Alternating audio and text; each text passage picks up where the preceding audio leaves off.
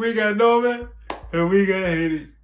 We got Norman and we got Haney. Oh, we got Norman and we got Haney. Oh, we got Norman and we got Haney. Yo, Brian Norman. I don't want to say junior, but I could be right because sometimes I'll be tripping. But I know his father. Woo! What channel is that he's on every week, updating the people? What, like, he's a great spokesman. Dads who take him and Bill Haney. Oh my gosh. I might have ran across something on a boxing voice, but that's neither here nor there. We got Norman and we got Haney. We got Norman and we got Haney. Hey! This is a exciting fight. Another undercard on the Benavides versus Yard. A fight that people didn't think Devin Haney wanted to take. But now this fight just may seal his fate.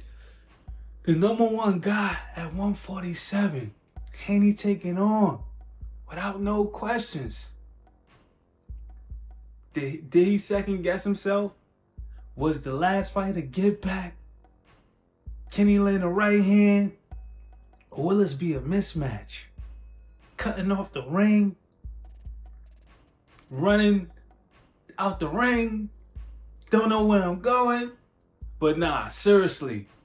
Brian Norman Jr. and Devin Haney. This is a fight for the books. It's like watching Brian Norman, seeing what he has, the intangibles that he does have. He could fight going backwards off the ropes. He could pick his spots. He's been knocking everybody out. But the caliber opponents that he's fought hasn't been what we saw. Now, Norman is a good fighter, but I haven't seen him against top competition. So I don't know what his skills truly are. He doesn't pass the eye test to me personally.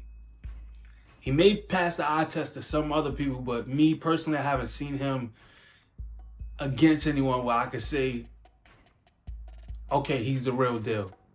Because the guys that he's been put in there with, he's beating them all, and wonderful.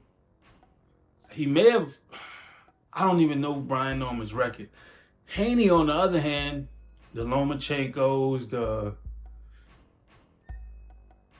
who else Haney? I be forgetting who these guys even fought. But Haney's reign at 135 for his whole career, basically to now, George Kambosos, the Regis Prograses, the Ryan Garcias, even though Ryan Garcia, he's a big name. As a fighter, he could do better, but he's not taking training camp seriously. That's a whole nother side of the story. It's fame, you would say. I'm up the game, punching bag treatment on they bed. What I really believe is Haney has definitely rose up the ranks, tested himself at different levels of his career.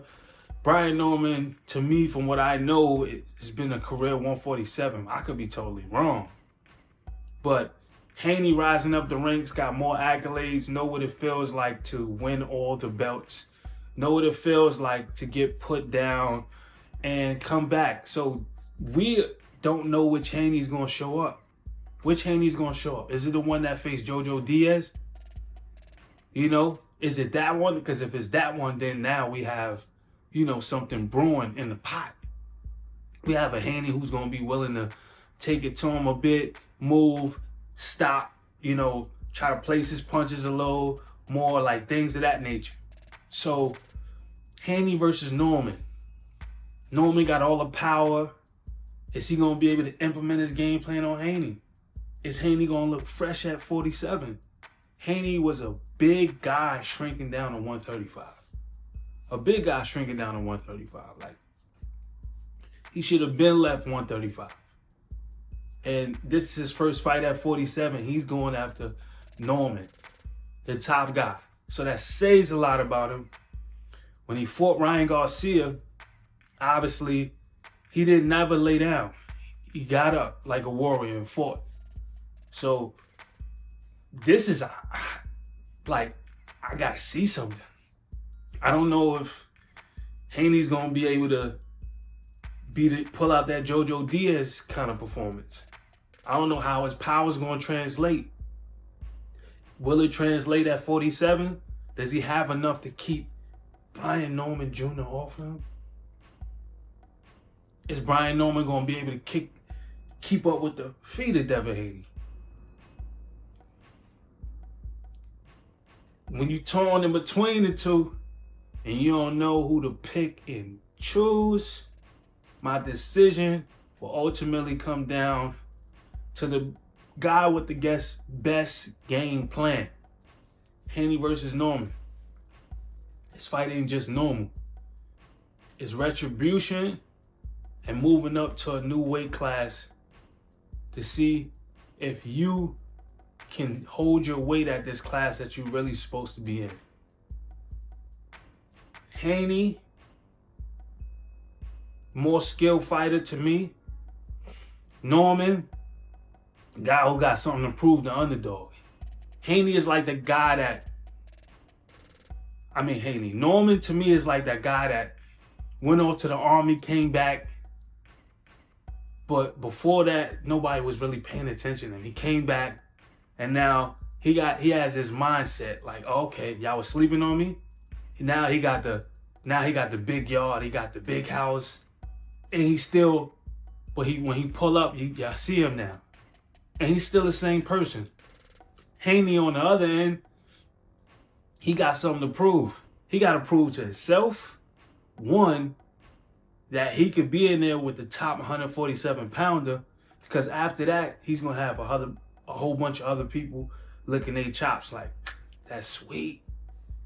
If he doesn't perform good, then we'll see where Haney goes. But Haney cannot lose to Norman, because if he does, the last two things that people gonna remember him losing and him getting beat, or him getting beat up by Ryan Garcia, because it wasn't too far away, wasn't too long ago that happened. So people still got that fresh in their mind. So on this one, we can't get a sushi roll. We can't get a steam roll. Maybe it will, maybe it won't. I just don't see it playing out like that. I think people got to give Haney more credit than what they're giving him. He got heart, he's tough, and he's willing to bang with you if he does have to. So we'll see on the card of Benavidez and Yard. Everything is still a sport, so where's my sportsmanship award? And just like that, Famus is